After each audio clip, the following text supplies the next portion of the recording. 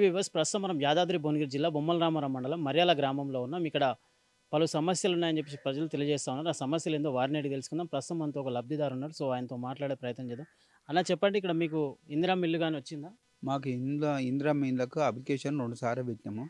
ఇంతవరకు ఫస్ట్ లిస్టులోనే పేరు వచ్చింది. మామూలుగా మన గ్రామంలో ఉండే లీడర్లు ఆ పేర్లు కొట్టేసి 12 ఇచ్చిర్రు ఎస్సీలకు. మొత్తం మా గ్రామానికి 30 వచ్చినాయి. అందులో 12 ఎస్సీలకు ఇచ్చిర్రు. అందులో పార్టీ తరపున తిరిగిన వాళ్ళకే ఆ 12 ఇచ్చిర్రు. మిగతా వాళ్ళకు ఎవరికి ఇవ్వలేదు. ఇప్పుడు మీరు ఇంతకుముందు ఇండ్ల కోసం ఎన్నిసార్లు దరఖాస్తు చేసుకున్నారు? 4 సార్లు పెట్టుకున్నాం. 4 సార్లు పెట్టినా 4 సార్లు ఇదే పేరు వస్తుంది అంటారు కానీ వస్తలేదు. ఇప్పుడు మీ ఇంటి కోసం కూడా ఇంతకుముందు కానీ ఇప్పుడు కానీ అధికారులను ఎప్పుడైనా సంప్రదించారా మాకు ఇల్లు కావాలని చెప్పి? అదిగా బొమ్మల రామారం మండలంలో పోయి అప్లికేషన్ కూడా ఇచ్చినాం. ఎంఆర్ఓ కూడా చెప్పినాం. వస్తాయి, సెకండ్ విడత వస్తాయి అని చెప్తారు కానీ వస్తలేవు.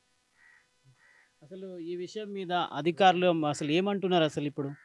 అధికారులు ఎన్నిసార్లు చెప్పినా వస్తాయి, మీకు కంపల్సరీ వస్తాయి అంటారు కానీ అవి ఇంతవరకు రాలేదు. ఈ మధ్యలో మనం చూస్తా ఉన్నాం, బీర్లాయిలయ్య గారు గ్రామాన సందర్శిస్తుండు కదా, మరి ఈ గ్రామానికి సంబంధించి వచ్చినప్పుడు కూడా మీరు ఎప్పుడైనా అడిగిరా? మేము బీర్లాయిలే సార్ కూడా అడిగినాము. దగ్గరికి పోయి అడిగితే మా గ్రామ లీడర్లు ఫోన్ ఇవ్వలేదు దగ్గర దాకా. మేమే తెప్పిస్తాం, మీకు ఎందుకు బాధ లేదు అని చెప్పారు. ఇంతవరకు లేదు. ఎస్సీ కాలనీకి మొత్తం 12 ఇస్తే 12 పార్టీ తరఫున తిరిగిన వాళ్ళకే ఇచ్చారు. ఇప్పుడు మీరు ప్రభుత్వాన్ని ఏం కోరుకుంటున్నారు? ఇప్పుడు ప్రస్తుతానికి అయితే మీరు ప్రభుత్వాన్ని ఏం కోరుకుంటున్నారు?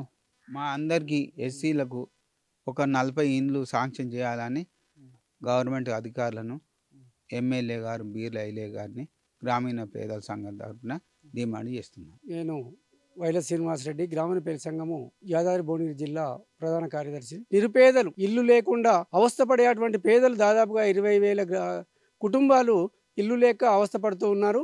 అటువంటిది మేము విడతకు 3,000 ఇస్తామనుకుంటూ ఆ విడతల వారికి కూడా ఏంటంటే ఇంటి స్థలం ఉంటే ఇస్తాము, ఇంటి స్థలం లేకపోతే ఇవ్వమనే అటువంటి కండిషన్స్ పెట్టడము.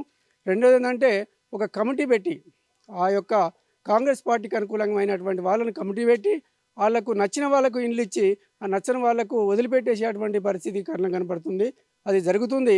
నేను డిమాండ్ చేసేది ఏంటంటే ప్రభుత్వాన్ని, ఈ బీర్లాయిలేని కానీ కలెక్టర్ గారిని కానీ ఏంటంటే వాస్తవమైనటువంటి నిజ నిర్ధారణ చేసి వాస్తవమైన లేని కుటుంబాలకు ఆ యొక్క స్థలం లేకపోయినా స్థలం ఇచ్చి ఆ కుటుంబాలకు ఎంబటే మీ ఇందిరమ్మ ఇండ్లు ఇచ్చి ఈ పేద ప్రజల్ని ఆదుకోవాలని నేను జిల్లా వ్యాప్తంగా డిమాండ్ చేస్తున్నాను.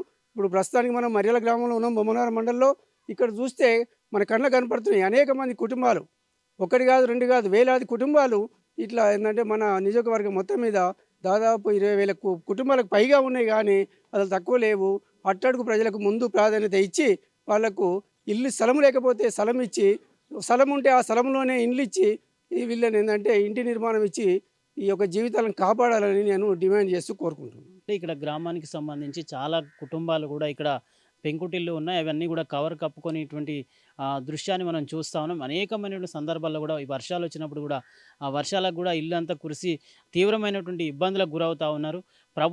ప్రభుత్వ అధికారులు వెంటనే స్పందించి వీరందరికీ కూడా పక్కా ఇల్లు నిర్మించి ఇవ్వాలని చెప్పేసి ప్రధానంగా వారు కోరుతూ ఉన్నారు. వీడియో జర్నలిస్ట్ వెంకటేష్తో రిపోర్టర్ శ్యామ్ ప్రసాద్.